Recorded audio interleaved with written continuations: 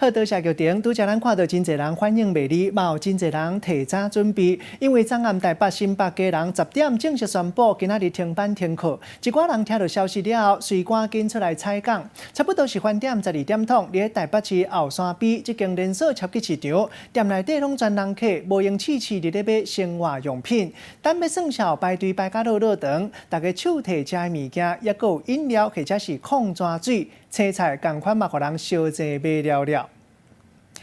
继续要搁再来看到昨昏风台外围环流影响，一寡山区嘛开始落雨，引起到溪仔水规拢涨起来。导致者发知影掉伫咧溪仔水，警察赶紧来到现场斗相共。昨下晡，这是伫咧花莲的倒溪乡倒清川，一个做田人因为赶紧要来巡田，驶一只发知影驶过清水溪时，一个无细哩煞掉伫遐。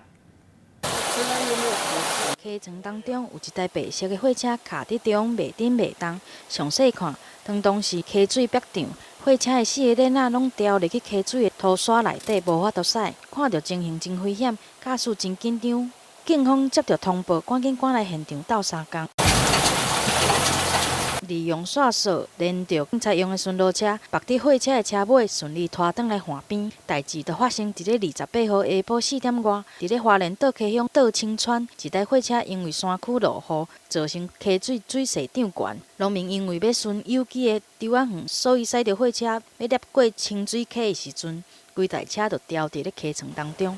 农民惊一个，赶紧来报警察，好在在最后有成功来脱困。以车主用绳索绑在固定在两车间后，协助以绳索拉出。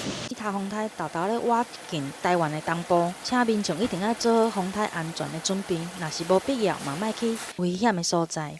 记者综合报道。